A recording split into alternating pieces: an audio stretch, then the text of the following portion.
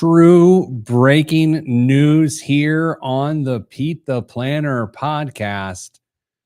Dame, Yeah. you know the breaking news, silly. I thought maybe I was getting a promotion. I was getting excited. No, there's a baby. Oh, that breaking news.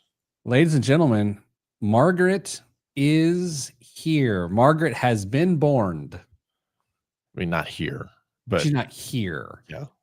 We did receive a donkey emoji. Two, but they're not twins. So that rude man at the wedding that thought Chris was having twins is disappointed. There is one additional human.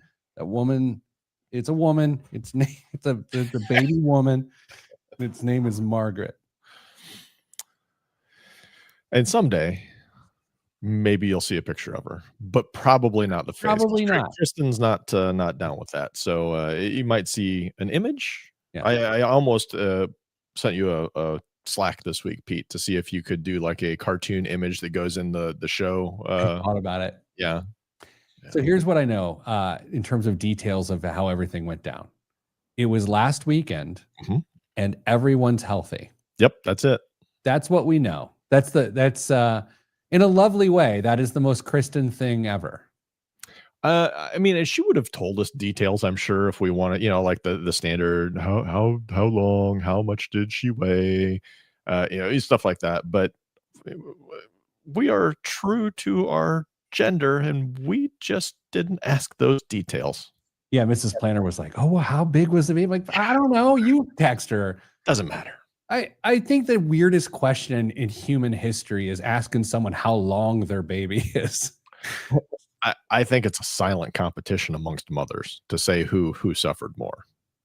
Well, I mean, weight, I get, but like length, I mean, it's like, it's 39 inches. I don't know what a lot is. I think I was 23 inches. I don't know. But it's like, oh my, wow, that's a 52% baby right there. Like, how long was it? Who cares? Yeah, it's halfway to toddler. Yeah, the two men discussing childbirth always goes well. Yeah, I mean, that's what people expect. So anyway, Chris is fine. Who knows? She could be watching. I doubt she's watching week one. I hope she's sleeping, honestly. Yeah, I don't know. Dame, how are you? I did not have a kid, so I'm feeling great. I was in the Dallas airport yesterday, one of the Dallas airports, DFW, down for whatever, as they call it. And I saw a woman that I thought was your wife. Well, if it was my wife, she's going to have some splaining to do. It was so much so, I told you this right before we went to air, that I walked by this woman a couple different times and under my breath just went, Cass. Like, if you're not listening for your name, you wouldn't hear it. But if it is your name and someone goes, Cass, then you would turn and go, oh, hey, Pete. That's how much you look like your wife. You could put a phone up to your ear and be like, hey, Cassie. And if she turned around, it's like, oh, Cassie. And it tried to play. Another Cassie. I have two Cassies. What I can't believe is you didn't take a picture from a distance. I mean, I did take one travel photo yesterday and I sent it to a friend because I'm going to see if I can show it to you. I'm going to try to walk up to the camera. Okay. And see what I can do here. Okay. You're not going to hear me well. Okay. Peter's coming on. It's a little blurry. I can't perfectly see it, but is it a very aged James Hetfield? It's a man wearing a Gulf of America 25 hat. Oh. And I just thought, what's the audience? What's the message? Like, I'm all for political hats. Like, hey, you wear a MAGA hat. I get it. Whatever. It's your thing. The Gulf of America 25 hat is like, is it a campaign or is it a troll? Like, what is it's like Gulf of America 25? Like, what did he do hat wise prior to that purchase as part of that? No. Well, maybe it was a sombrero just to protect from the sun. But now that he's got something really that he wants to advertise and promote, Gulf of America. There we go. I don't know. I thought it was interesting. All right, Dame. What? I just took a sigh. It was that was our 5-minute fizz though, which I didn't hear. Maybe you heard it. I didn't hear it. Dame, Interesting. government is shut down Still. Next Wednesday, I believe, the day we do not pay those in the armed forces for. Yeah, that's not funny. Sorry. Yeah, you were thinking taxes. That was just the way you were setting it up. I was like, "Well, that's interesting." Yeah. So of course, people get back pay theoretically when this is all said and done. I think what personal finance experts, the like of Damian Andrew Dunn, knows that while in theory someone is made whole, doesn't exactly work that way because most people live paycheck to paycheck. So there is damage done.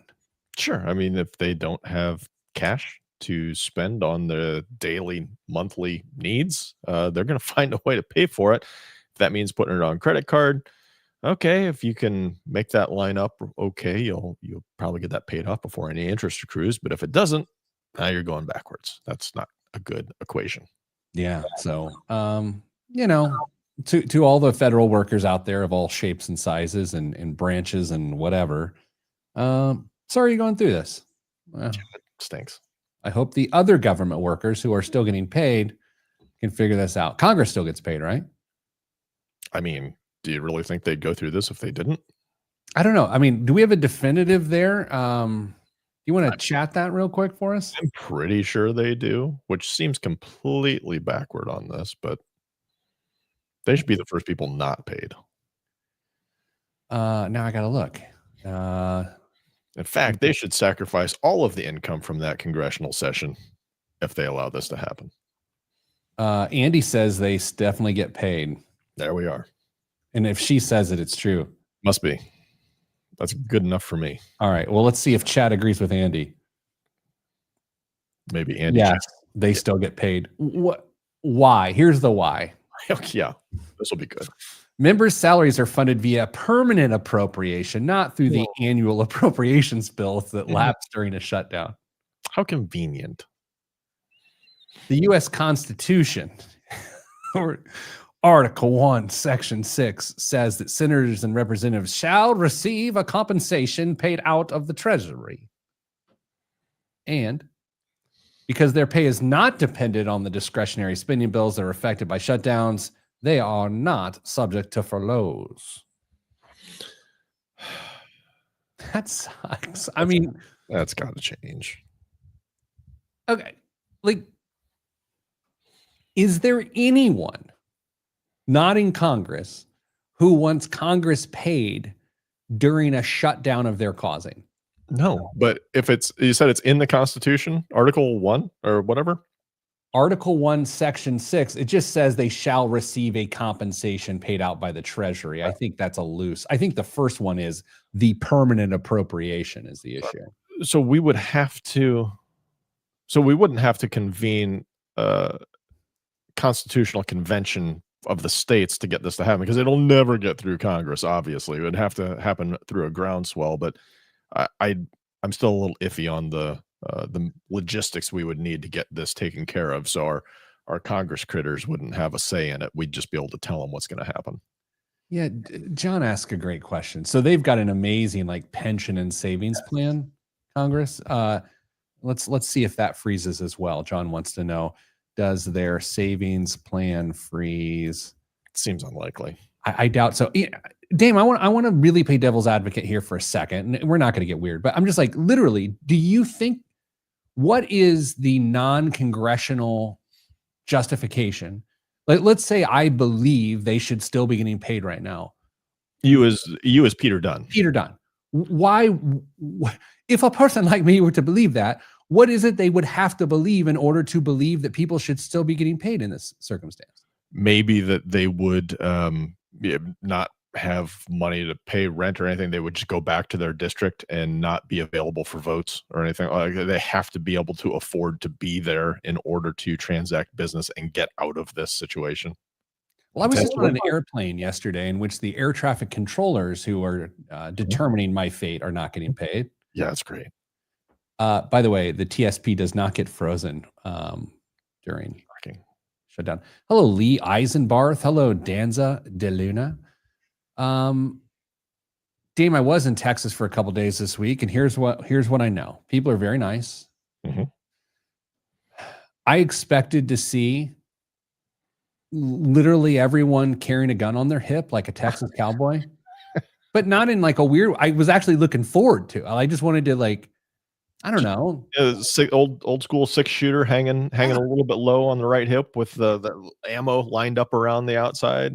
With spurs jangling as they walk down the street. Yeah, and didn't see a single firearms. I will tell you this before we get to this financial show we're on. Oh, I found this gym to work out in yesterday morning called Hunger in the Wild. Oh man, that is interesting. And if nothing else, I'm pretty self-aware. So I know the gym I work out at now every day is very bougie. Okay, very. Hunger in the Wild, though, my friend, was gritty. Yeah? Gritty. And I loved it. There was a German Shepherd just hanging out in there. There were no mirrors. There was just like Olympic weightlifting pads and racks, and that's it. No mirrors. No mirrors. I couldn't tell you the last time I was in any kind of exercise facility, whether it's, the YMCA or some other, paid gym that didn't have mirrors. That is amazing. Hunger in the Wild. I loved it.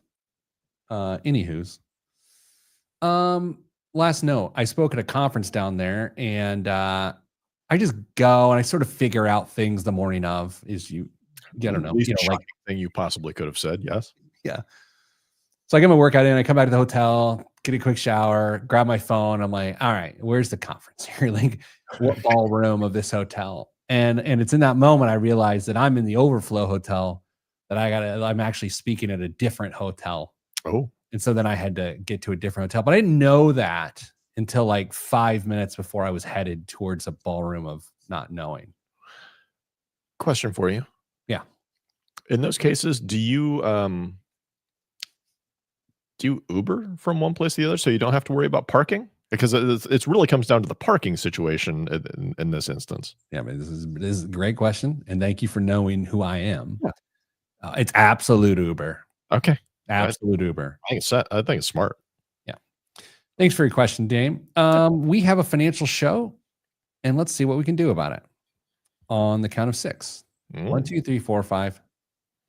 This week on the Pete the Planner Show, we answer your money questions. Here's how the show works. You email us, askpete@petetheplanner.com. That's askpete@petetheplanner.com. We'll read your question to ourselves, discuss whether we find it relevant to other people's interests, and then answer the question on the show and talk about it for an hour. When I say we, I mean at least Damian Andrew Dunn, my co-host. Hello, Dame. Hello, Pete. And for regular listeners, a very happy birthday to our co-host Kristen's baby daughter who was born last weekend. Happy birthday. Happy birthday, Margaret. You're 0. Wait. Yes. How did that work? She's just a matter of days at this point. She's no longer 0, although according to Kristen, she was 0 until last weekend. Maybe we'll sort through that in the break. And if you ever want to listen to what we talk about during the break, download the Pete the Planner podcast. Dame, you know this, I know this, and this is how we make our living. Really smart people do dumb things with money a lot.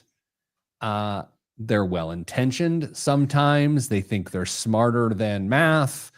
And so this entire episode is, why do smart people do dumb things with money? And let's begin with an obvious statement that I would like you to reflect on. Okay.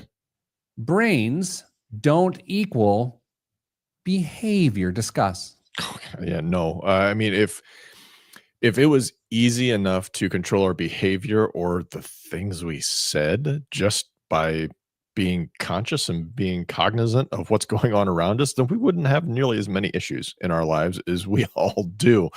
Unfortunately, there seems to be a disconnect about around different parts of our lives when we're being thoughtful and intellectual and using our brain power to solve a more an analytical problem. That's one part of it, but anytime the emotion side of things starts to creep into the decision making process, that's where things can get wonky really, really quick. And then you throw money into the equation, and things just seem to go up in flames even faster because, as our co-host Kristen often likes to say, if money was just math, wouldn't be that big of an issue, but it's not. It's way more than math. There's emotion tied to it, which is why when people like Pete and I can talk about your money, it's much easier for us to talk about it rather than to you to self-prescribe the eventual solution. So, yeah, it is absolutely a challenge to balance behavior decisions with money.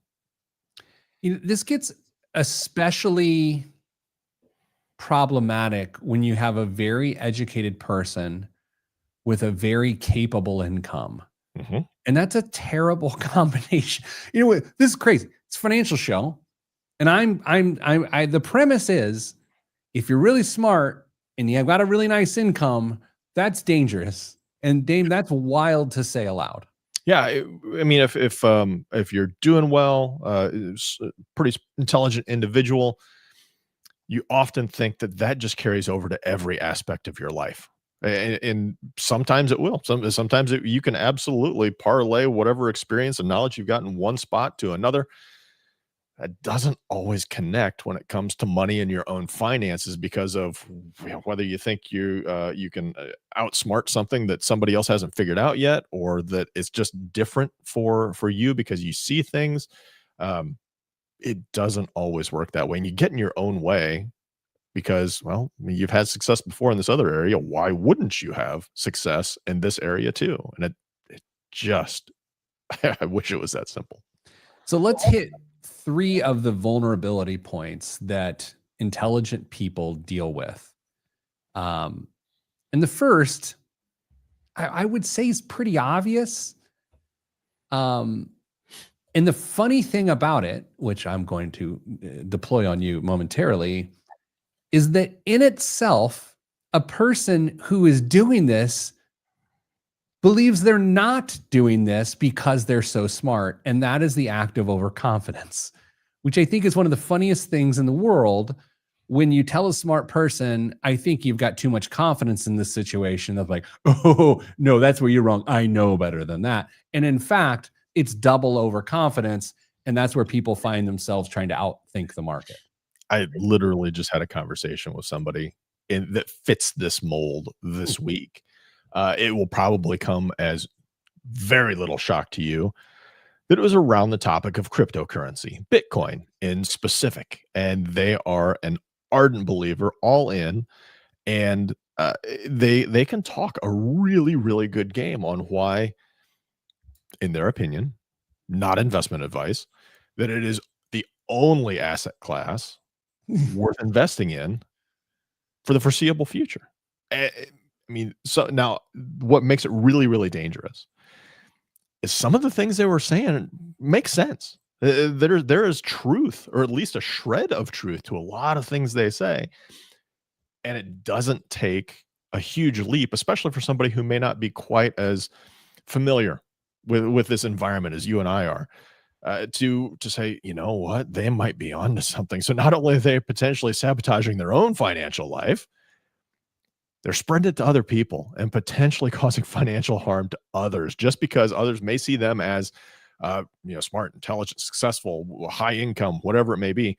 And if this is what they're doing, then it must be right, and it causes significant issues outside of their own little circle. I don't know why I'm going here, but you start talking about that. The first person I think of is Dave Portnoy giving investment advice publicly. Yeah. It's like, and also the fact that you said the B word, you said this person believes. And it's like, do you have to believe in a speculative investment. I mean, that's a strange rabbit hole to go down to too, right? Yeah, I mean, believe to what degree? I mean, if I believe I can get in and make some cash and get out, which could be overconfidence, by the way, because I can time it. I understand the timing of these things, and I'll know when to jump out. It can be a huge issue. So belief, I think you have to at least have a base level of belief and confidence in what's going on, so it doesn't harm you. You're not going to jump into something that there you believe there's a higher level of coming out on the negative side. But yeah, I think belief is a huge part of it, not only in the investment, but in yourself. Complexity bias falls into this too. The old, well, if it's complicated, it must be right. I think a good example of this, and yeah, we're going to throw random professions under the bus because that's what we're doing today. Physicians day trading options, going, well, this is one of the most complicated thing you can do financially. And I'm very smart. I've gone to 17 years of post-college school. Sure. I can't even say the words. That's how unintelligent I am. So I can handle the most complex financial trades. That complexity bias often dips its toe into very strange risk tolerance. Yeah, when you said if the complicated, it must be right. I was thinking, the sales pitch for some annuities is just kind of or life insurance. I'll call them schemes, or pay yourself type of things.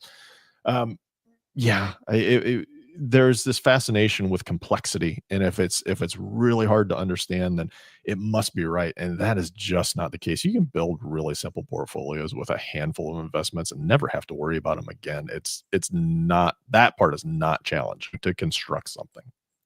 Another thing that a advanced brain can do is it tends to be good at rationalization, that it can sell itself on its own unfallibility.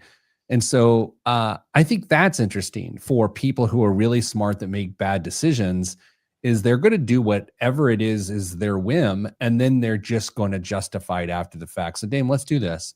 We'll come back. We'll give more real world examples, and then we'll break down the psychology behind dumb money moves from two dumb guys. That's next on the Pete the Planner Show. I'm Pete the Planner. Missed opportunity. Should have said two done guys. Yeah. Squeeze it in there. This portion of the program is brought to you by Herculean Meal Prep. I'm telling you, I've been thinking about this ad a lot this week, actually. And I want to speak very bluntly to you. If you are in this situation where you're heading towards the end of the year and you're thinking, well, I might have a New Year's resolution to get in better shape like I do every January 1st, get into your diet being on point first.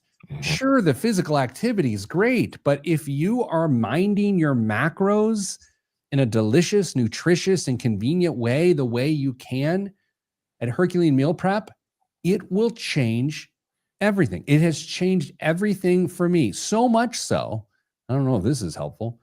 I'm out of town for 2 days. It comes lunchtime, the dinner bell goes off in my head, and I'm like, I don't have a freezer and a microwave. What do? I don't even know how to eat for 2 days. And I'm back in the office now, and I'll tell you this, Dame, I have started adding a second Herculean Meal Prep meal into my day, one for breakfast, one for lunch.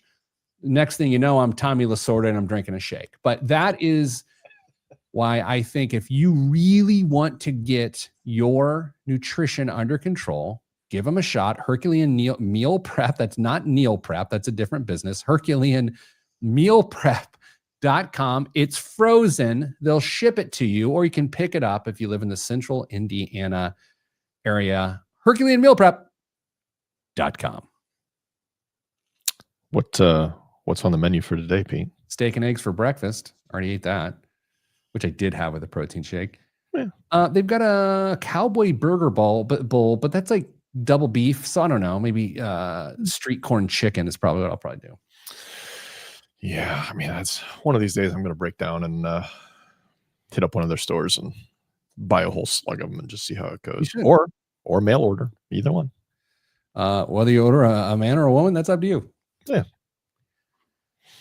I don't think Kristen's watching this week. I hope she's not watching this week. Chris, please don't be watching right now. If you do, just like get off this thing. And send me a message, a text real quick to say, okay, fine. And then we'll know that you were watching. Dame, it is fall break. Have you ever thought when we were kids that fall break was possibly a Thursday and a Friday and that's it? And now it's an entire week, and in some districts 2 weeks?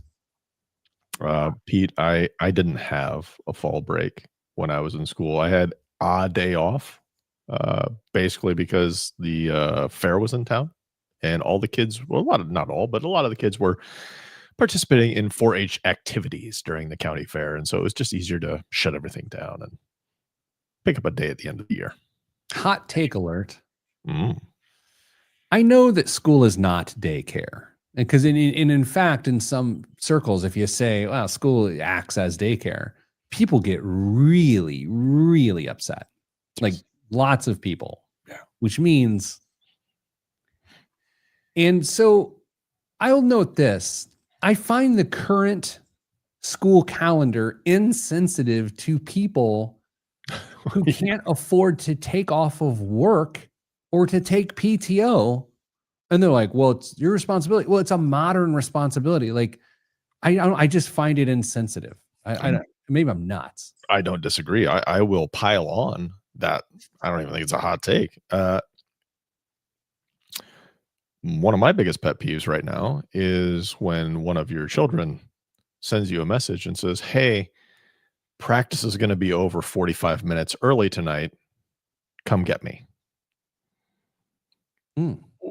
Not that big of a deal for us, but there are plenty of families that can't rearrange their schedule just to drop everything and go pick up a kid 45 minutes early.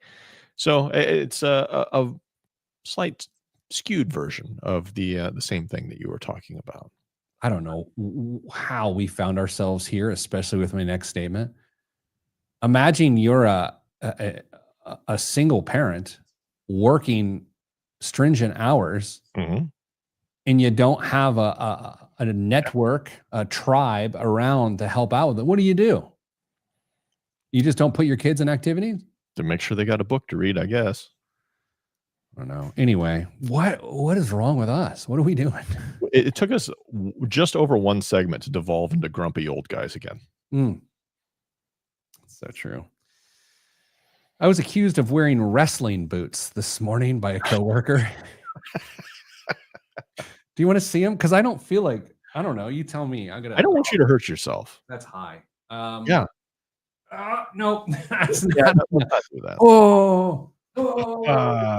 Peter down. That was not what? Good. Kind of.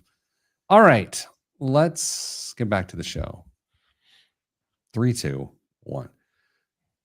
Back on the Pete the Planner show. I'm Pete the Planner. Ugh, it's weird. I'm Peter Dunn. At one point, I got a nickname, Pete the Planner. And so to introduce myself as Pete the Planner is awkward. Hello. Yeah. Damian Dunn's here. Hi, Dame. Ew. I mean, that was awkward. No, that's what people have called me for. Actually, is this the only time of the week that you use my full government name? Actually, as I was writing the show description yesterday, I wrote Damien and then I changed it to Dame. So yeah, it's weird. Yeah, it's all right. Just one of those little things. What's weird is when people send feedback into, how their experience went with their team and people call you Damien. And I'm like, who's that? All right. So let's talk about the psychology behind dumb money moves. Let's separate money here for a second. Smart people do dumb stuff all the time. Oh, yeah. Not just in money. Sure. Yeah. And dumb people do smart stuff. Yes. I love that we're making it binary. There are smart and there are dumb. Yeah. Well, why not? It's just two options. Let's just alienate everybody. So let's talk about loss aversion as one of the sort of psychological elements behind this. Is that smart people, based on how they view risk, might say, I don't want to lose because losing feels twice as bad as winning feels good. And that, I think that resonates with all of us in some capacity, like in a good way too. Dame, I don't gamble. Yeah. Which is a smart thing. Even though I'm dumb, because I don't want to lose money. No, totally. And there was a study done, and I do not remember who did the study, but it showed that to get the equivalent emotional reaction, somebody had to win $100 or lose $50. It was the same emotional reaction. So it goes exactly to this, is that we are wired, for whatever reason, that the losses sting way more than the pleasure that the equivalent win brings us. So it's a bit of a struggle for us when it comes to money issues.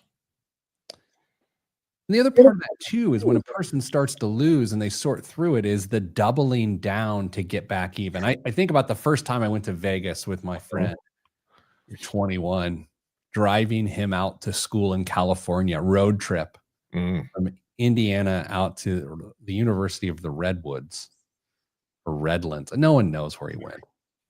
I don't.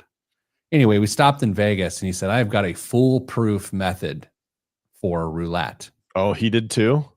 Yeah, yeah. Because I have a story about roulette, but Yeah, that's okay. Well, it's the same story, I'm sure. It's you put a certain amount down on either red or black, and then if you fail, then you put twice the same amount down. And if you fail, you put twice the amount of that. And he's like, you can't lose. And I'm like, hey, I have $170 in my checking account. So I think I've already lost. The double down to get even happens to the smartest of people when they start doing poor man's odds in their head. Yeah, same thing happened to me. I eventually went through all the money I had because my foolproof plan didn't work, so I did what any rational human being would do in Vegas. ATM.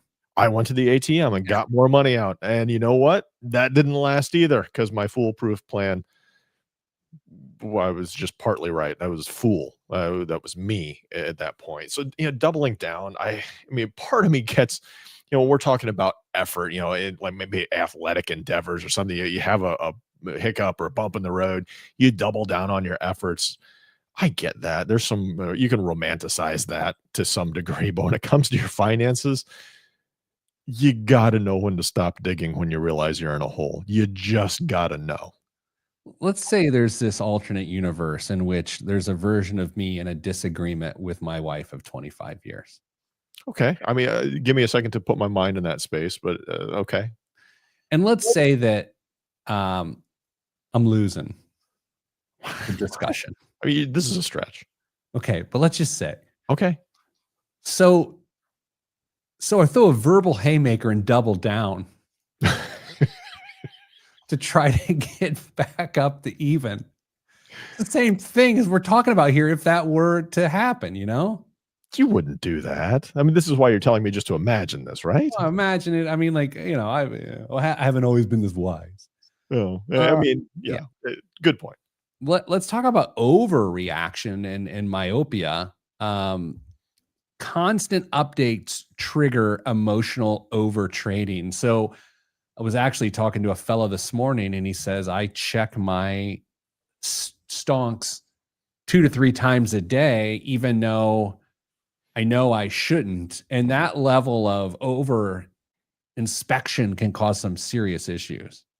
I just had this conversation with somebody this week as well. They're in fantastic shape financially, but they check their holdings multiple times a day. And I got to the point where I said to say, how frequently are you making transactions in this account? And the response was shocking. If you had to guess how many transactions, let's go a week, this person was making in their account, what do you think it was? Well, I hope it's 0, but I know it's not 0. It was actually like 2 on average, which was a week, which as often as they check, I can't imagine the discipline that it would take to be that interested and not make changes. FOMO and hurting is the next one. Fear of missing out. Seeing others win fast creates envy and risk blindness. Dame, let's say that you are a smart man for a moment. We're doing a lot of hypotheticals today. I'm going to need a break after this show. Let's say you were smart and you have a friend that did something awesome and risky and they got away with it. And you thought to yourself, well, I'm smarter than that person, so this is going to work for me. Yeah. Can you imagine a scenario in which a smart person might do that, where someone who is not as smart as them gets away with a bad move, and then therefore the smart person says, well, I can do better than that, and then they're in trouble. Yeah, we see this not infrequently when somebody makes a social media post or talks to their friends about they bought XYZ at an amazing price and they've done nothing but get tons of return on it. So then you go buy XYZ because you don't want to miss out on that. And lo and behold, that run is pretty much over and it'll turn and you'll end up losing a little bit money. But while on the other side, your friend's still considerably up because they probably just got lucky when they bought that thing. My favorite part of this discussion is where we're going next, and that is that smart people tend to think they're above average at about everything, which is statistically impossible. Yes. And like, even as I'm sorting through this with a sense of self-awareness, I'm thinking, okay, what is something I'm willing to admit in a true, honest sense that I'm probably below average in? And then I started down some paths, Dame. I started thinking, like solving medical issues at home. But then I thought, no, actually, I probably am above average because there's a lot of dummies. Then I thought, well, home improvement, that's not really something. Yeah. You know what? I probably am above average because there's a lot of dummies. And so, like, it's not uncommon for really smart people just to look at the financial landscape and just say, well, I obviously am pretty good at this. And they're wrong, like I am. What people don't understand is that some of the people with the absolute best returns get them by not doing anything or very, very little. And it's that we are going to put some guardrails in place for you, whether you're smart or done. Guardrails for smart people. That's next on the Pete the Planner Show. I'm Pete the Planner. Do you feel better? Shake your head at me. You feel better? Don't shake your bald head at me. Dave, you ever listen back to the podcast? We've gone over this. I did a long time ago, but that is long past. Can we do some inside baseball here right now and just everyone just agree to just let it pass as Dave and I chat through this? Everybody plug your ears. So I was listening I just wanted to hear some element of some joke that Kristen made or something last week. So I started listening to it. The sound quality of our podcast is terrible. Are you kidding? I think it's bad. And I have two theories or ideas as a above average intelligent person. Number one, I think Streamcast or what do we do? StreamYard. What we do for audio, I think it stinks. Not a sponsor. Yeah, no, if they were, they definitely aren't going to be now. Number two, I'll take some blame for this one. So I get some choices. I can do a blended audio track of all of our discussions, which means when one person talks, the other person jarbles. It's like that shut-off effect. Yeah. And that's a big reason it stinks, because if you're telling a joke and I give you like everything cancels out and it's bad. So what I could do is I could download the separate tracks. I didn't even do it for the show because I forgot. And then stitch them together, and I think it would improve the sound quality. But also, Dame, ain't nobody got time for that. So we have to find another. I don't know. Maybe. Does anyone else agree? Oh, they're watching the live stream. So, well, actually, the live stream has the jarbled audio too. You couldn't have told me this at a worse time, because now it'll eat at me for the rest of the show too. It's not your fault. I'm the dummy. I know, but I like thinking that we put out a high quality. I like putting out a high quality. I blame Kristen's mic. Yeah, that's for the next 5 weeks. We can blame Kristen's mic. I love it. It's just as you said that, your sound blipped. Dang it, Kristen. Ah, okay. I was listening to the Theo Von podcast on my flight, and he interviewed Ken Burns, and it was one of the weirdest interviews I've ever heard in my entire life. And I don't mean that critically in like a negative, cynical sense. It was just so weird. Man, I don't know anything about Ken Burns' like personality, just like in a casual conversation. But based on his creative style, it seems like that would have been a juxtaposition of epic proportions. Yeah, here's the thing, Dame. He was a delightful man. Really? Yeah, and Well, yeah. he was a yes and sort of person. Like he would roll with what, and I think a lot of super intelligent people aren't great at yes and because you think of him as an academic. Yeah, sure. And so like the little jokes that Theo does, you'd think you get caught up and be like, oh, but it was like so weird. You got to listen to it. If you got hours in the car this weekend, listen to it. I do. I also have kids in the car this weekend. Earbuds. Put in earbuds. Ignore your family, bro. that would, you know what? Everybody else, now that you mention it, everybody else has a screen and is listening or doing something else. Why don't I just have my own? That's a heck of an idea. You know what? You and I are going to do something special this weekend. It's going to be called Ignore Your Family Weekend.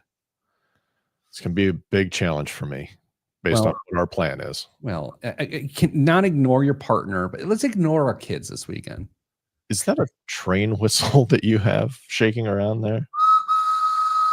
Why would I not have a train whistle on my desk? It's a great point. I got some weird stuff on my desk. I really do. I mean, let's do it. I've got a train whistle. Yeah. I've got a foam roll of $100 bills. That's a great stress toy, by the way. I was squeezing it while I was in your office. That's awkward. Yeah. Squeeze my toy. I've got an eyeglass screwdriver.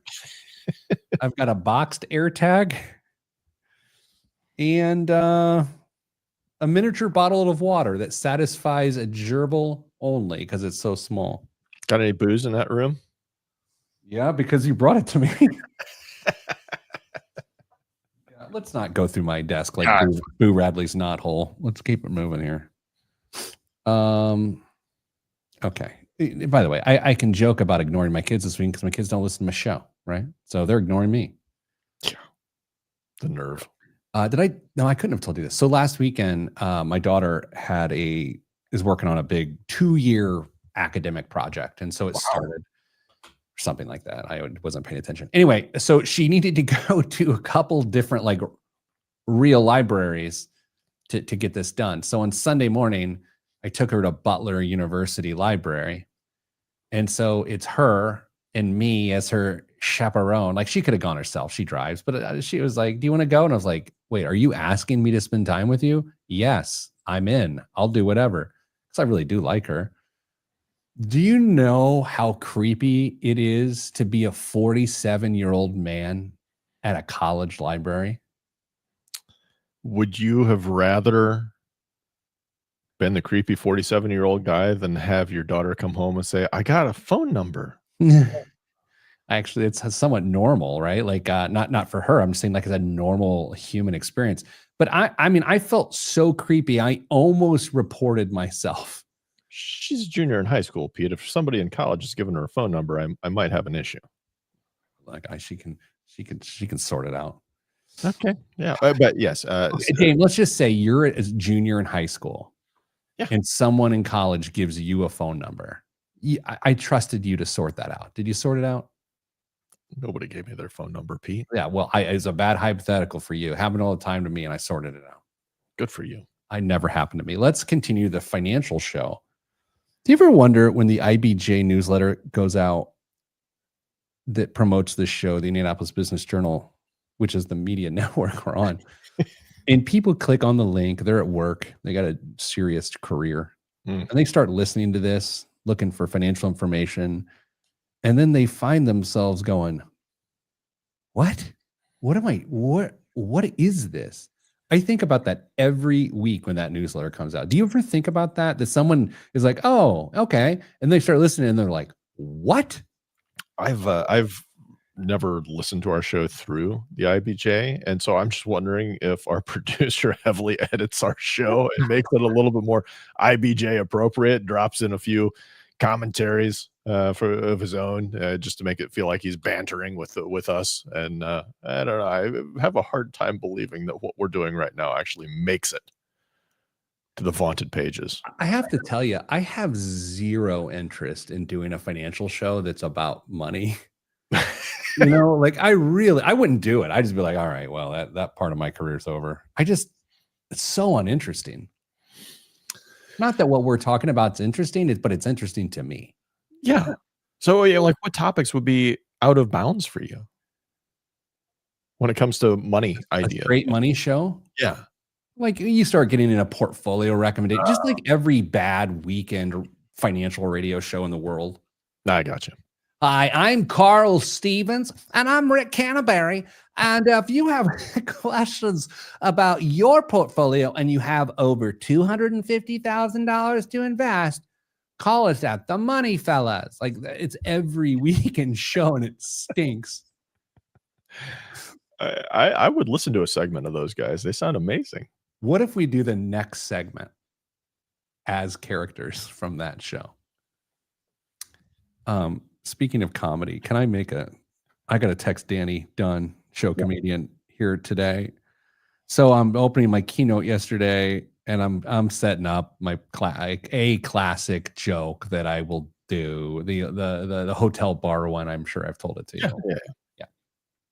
So I'm giving it, I'm going, people going, they're going, like the big punchline's coming. And at the last second, because all the little punches were going well, I add another tag to it right before the punchline, and the tag killed. And so people laughed so hard at that. And then when I hit the punchline, it was a beat down. Yeah. Oh my, it was the worst feeling in the world. Someone groaned at the punchline. Oh no. Like literally groaned. And then I had to start my money talk. And it was like, oh my gosh. That's never happened to me where you just like, I throw in tags all the time, but like never one that crushes a punchline I've been telling for 3 or 4 years. So now the question is, does the tag stay? Yeah, that's what I want to talk to Danny about. It's like, well, how do you reshape that? You know? Andy brings up a good point. If we do the next segment that way, it would really confuse the radio listener. Singular. 3, 2, 1. Back on the Pete the Planner show, the money show you turn to for money stuff. We're talking about why smart people do dumb things. Maybe you're a smart person and you're listening to this show and you're going, huh. Anyway, we want to put in place some guardrails for you smarts. Damian Dunn joins me as always. Kristen Elanius is on maternity leave with a brand new baby named Margaret, who is nearly 0 years old. Dame, rule 1, guardrail 1 for smart people to make sure they don't do dumb stuff with their money. You start. What do you got? I think there needs to be a separation of spending and yield. Like, what are you chasing at this point? Because oftentimes people will find themselves taking way more risk than they absolutely need to achieve their financial goals. Talked with somebody this week about the concept of an investor policy statement or investment policy statement, where you can lay everything out, make sure that the professional you're working with and you are on the same page, knowing what's in bounds, what's out of bounds, and what you're actually trying to accomplish to get there. Because if you're trying to be the smartest guy in the room or girl in the room and you end up making some investments that are outside of your risk profile, it could come back and have a detrimental effect on everything else that you've worked so hard to accomplish.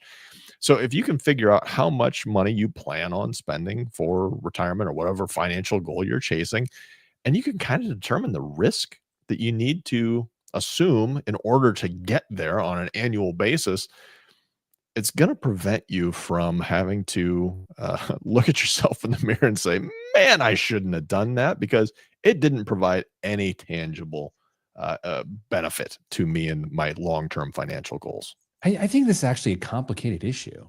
I think, and I'll illustrate.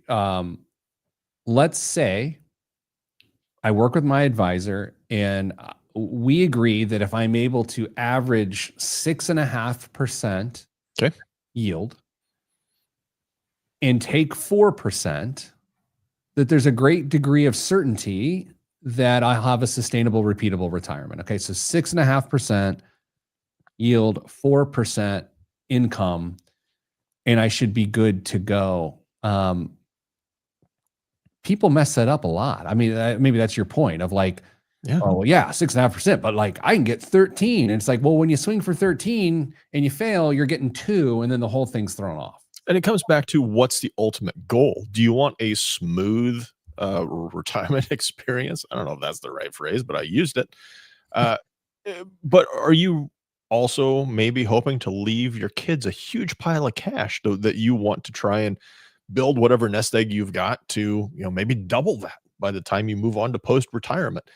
If so, the risk you're going to take is different than if you just want to make sure that money's going to keep hitting your checking account month in, month out, regardless of what's going on in the markets. And there's different ways you can structure that with your investments along the way. But separating your investments from the money you want to spend, big concept that a lot of people could do a much better job at understanding and implementing.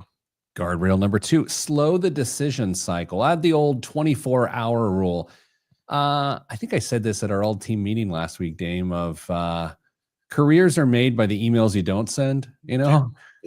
You type up some pithy response and then you're like, let me just let that marinate in the draft for a little bit. Then you wake up the next morning, you're like, yeah, I'm going to go ahead and 86 this thing. From a spending perspective or big decision perspective, I think a lot of people, including myself or me, I don't know how to say that, would benefit from this. I've made some pretty rash financial decisions that I was able to justify quickly.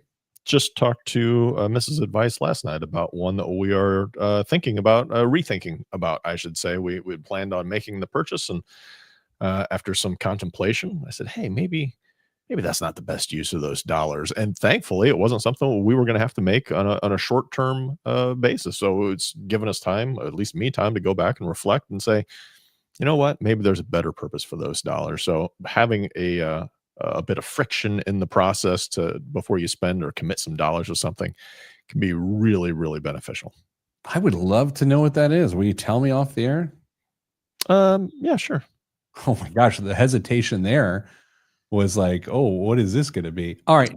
Number 3. What's the number 3 guardrail we should take a look at? Uh, you can play around. You can have financial fun money if you want, but it needs to have a cap on it. So I'm sure you ran into this too, Pete, when you were working with clients.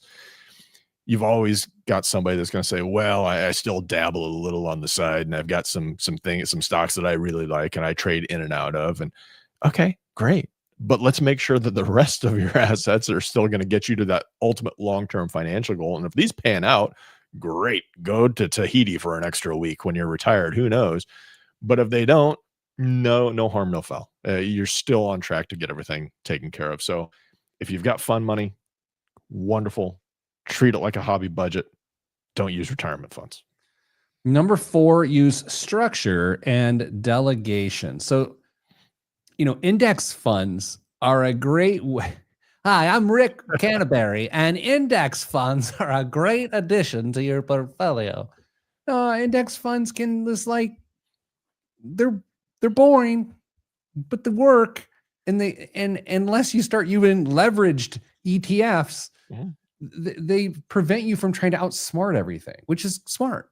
Yeah, like I said in the last segment, you don't have to have a super complicated portfolio to have a successful portfolio. I mean, you could have 3 funds if you wanted to and have a super diversified portfolio that would probably hold up in the vast majority of economic conditions. So the fact that you think you may need, very specialized investments here or there, could they benefit you? Yeah, potentially, but you don't have to complicate it. Use something that is simple that you understand. Use automation when at all possible to make this work, and don't try and outsmart the room. Just do the basics. As I'm sitting here participating in this show today, it's hard for me not to think that intelligent people listening to it are going, yeah, but none of this stuff applies to me. Yeah. Right? Yeah. Those people probably tuned out a while ago, honestly, but it's a very real possibility that there are people listening to our voices right now that say, "Yeah, I guess that kind of makes sense, but I've had a lot of success doing it the way I do it, and there's no reason to change." Gosh, the parallels here between drinking or smoking or drug use or nutrition or fitness, when it comes to all of these things as sort of discretionary behaviors, Mhm. it just feels like the same thing. I mean, for that matter, my biggest hot button issue in the world is the use of time, and people think they can outsmart time. Sure. They shortcut time. Yeah. Yeah. As you look at all of, let's say, all of maybe those elements I just mentioned, and then maybe ones that I didn't, is there one that you tend to think you're outsmarting if you're being really honest with yourself? Ah, boy. I would probably need this will come as no shock to you. I probably need some more introspection before I can give you a good answer on that. Uh, I I don't know. There's got to be something. If I'm being completely honest, there's got to be something that I think I am just way ahead of the curve on. It doesn't jump to mind. Yeah, I'm thinking about time is probably mine. I always think I'm so clever with my time, but as my friends Chip and Neil point out, I'm usually sitting in a parking lot for 30 minutes before a meeting, and they're like, "Do you not realize this? You're wasting time." And I'm like, "Yeah, but I feel like I'm getting stuff done on my phone or I'm consuming news or something." But I still think I'm probably outsmarting myself. Yeah, I don't like that because I do the same thing. Man, you're the best, Dave. Let's do this. Let's calm down. You're really worked up. And we'll come back and we'll do biggest waste of money of the week. And as it turns out, there's a tremendous number of current financial events going on in our world today. And so we'll cover some of those too. All that's next on the Pete the Planner Show. I'm Pete the Planner. I'm Dave Jenkins. And I'm Sam Jones. And we're here to help your portfolio grow. So call us at 1-800 the Men's. I don't know. I ran out of steam. The who? The men's. I know because there are two men, plural men's. Okay. Like, look, they can't all be good. Like I've said, good jokes are important to be placed next to bad jokes. Thing could have used a tag. Okay, let's continue the show because I have to do it. An 8-minute teleprompter read after this. Really? 8 minutes. Do you get latitude? Do you get latitude in that, or is it have? I don't know. I was assigned the project, and now, of course, I'm like, okay, well, I'm doing this in one take. I don't really care. I don't know. Good luck. Do you want to do a little bet here of whether I can do it in one take? Oh, I know you can do it in one take. But will you be satisfied with that one take? I don't know. Thought I had a B performance yesterday in Dallas. It was good, but it was just like the joke at the beginning totally threw me. What everybody that's listening has to realize is that Pete's B is phenomenal for most presenters. So yeah, but I got to live with myself. I got one that got to look in the mirror, see like Bobby Flay gone wrong. That's what I used to look a lot more like Bobby Flay. And he's like aged gracefully, and now I look like there's been a nuclear explosion. You're catching up to him, though. You're making up for time. I don't know. His hair, he still got. We had the same haircut. Let's do a financial show Again. Oh boy, here we go. In 3, 2, 1. This week's biggest waste of money of the week, right here on the Pete the Planner Show, is the Samsung 115-inch Neo QLED 4K TV, an ideal alternative to home projectors. Time out. Go ahead. Ideal replacement for projectors has to take into account price, right? That's fair. We'll see. We'll make that discussion, that decision. Samsung's 115-inch Class Neo QLED 4Q QN90F display provides a massive picture all on its own. It's equipped with the powerful NQ8 AI Gen 3. Time out. Thank goodness you said Gen 3, because if you were going to say Gen 2, I was going to say this is, like 5 years old. Why are things called Samsung 115-inch Class Neo QLED 4K QN90F? Who thought that's a good idea? Samsung's marketing / department, it's just whatever. That's nobody thinks that's a good idea, but nobody buys a TV for its name, so it's basically a way for it to keep it organized. This is where pharmaceutical companies are superior. They got Sky Rizzy. That's the exact one I was thinking of. Yeah, I mean, no one knows what Sky Rizzy does, but I want whatever it is that I need that for. Sounds like something the kids would be talking about. I would love Sky Rizzy. Anyway, the processor delivers AI-enhanced picture quality via the Quantum Mini LEDs with automatic upscaling of lower resolution content and Dolby Atmos sound optimized for the larger screen. It's also glare-free for a premium daytime viewing experience, has dynamic refresh technology with support for games running up to 4K 144 hertz, and runs the Tizen OS with support for thousands of streaming apps right out of the very large box. Dame, how much does it cost to have a 115-inch TV that does look quite beautiful installed in your barn? I mean, that's essentially like a panoramic window on somebody's wall in their house. You could put any number of scenes out there, and it might feel like you're looking out a window. 115 inches, Gen 3 technology. This is going to be like, it's got to be close to 10 grand.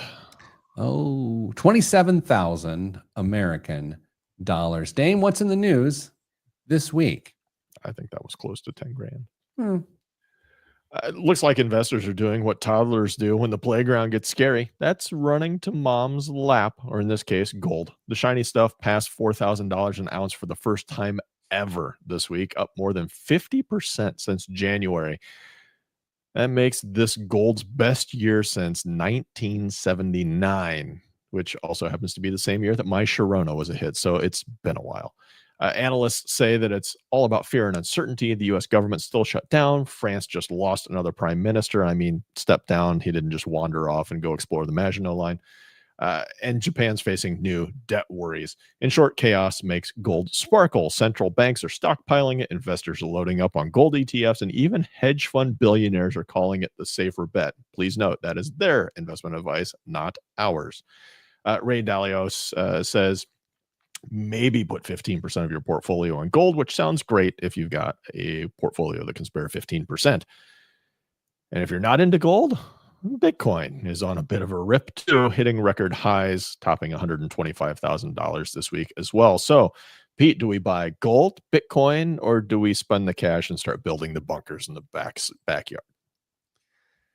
Yeah, I'm doing some math over here. I know it's a Friday when we record this. I'm less than 2% in alternative investments. Okay. You care to disclose yours? You don't have to. I was afraid you were going to ask me that, because I don't know that I have a dedicated sleeve of alternatives right now. The gold thing is interesting to me, but if people are fleeing to it, isn't that the wrong time to buy it? Yes. Isn't it? I mean, it's the odd lot theory. Like you can't, everyone's doing it. I'm now less interested in doing it. Now, the Bitcoin evangelist would say there's never a bad time to buy Bitcoin because everything else is going to go to zero. So pile in, everybody. Because they're believers. You got to believe in the investment. They are share. They believe. What else is in the news? Well, the IRS just announced that it's furloughing nearly half of its workers, in this case, about 34,000 people, because of the ongoing government shutdown. The other half, which the math works out to about 40,000 employees, not sure how that works, are still on the job handling what the agency calls, quote, essential operations. In an internal message, the IRS said most operations are now closed and anyone not considered accepted is officially a non-pay, non-duty status, and they should get the back pay when the shutdown ends, but there's already been some noise inside the administration about whether that's guaranteed. And remember, this comes after the IRS already lost about a quarter of its workforce earlier in the year when President Trump returned to office and pushed through mass layoffs. So between job cuts and now furloughs, this is not exactly a peak performance moment for tax prep season. Can I comment on the Ray Dalio thing real quick and then come back to this story? Because I have comments on both. So he's telling people to have a 15% position. Up to. And so in order for people to do that, they're going to have to trade and get there and drive the price higher, which means he's holding a lot. Yeah. Like he's holding tons of gold. Yep. Genius. Dame, you like a properly sized government. I haven't had one of those in a long time, but yes. Yeah, I know. How do you, if we could isolate it to the IRS, and I know it's not that simple. I'm just, we want it properly staffed.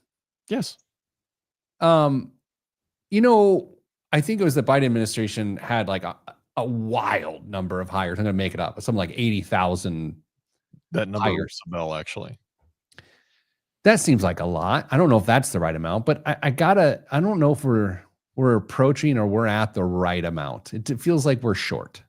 I would love to go back and see like what the IRS staff has looked like over the years, like the number in that, and see where we're at in relation to how many were there 15 years ago, and just see for comparison's sake. But I'm all about efficient government. That doesn't mean that it's strained and not able to do the work, but I also don't think there's any room or desire for additional staffing if it's not required.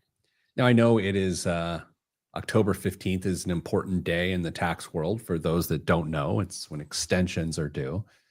But theoretically, it's a pretty low risk time to lay off half of the IRS. It's not like it's February, which would be a disaster. That'd be a separate problem entirely. Dane, what else is in the news?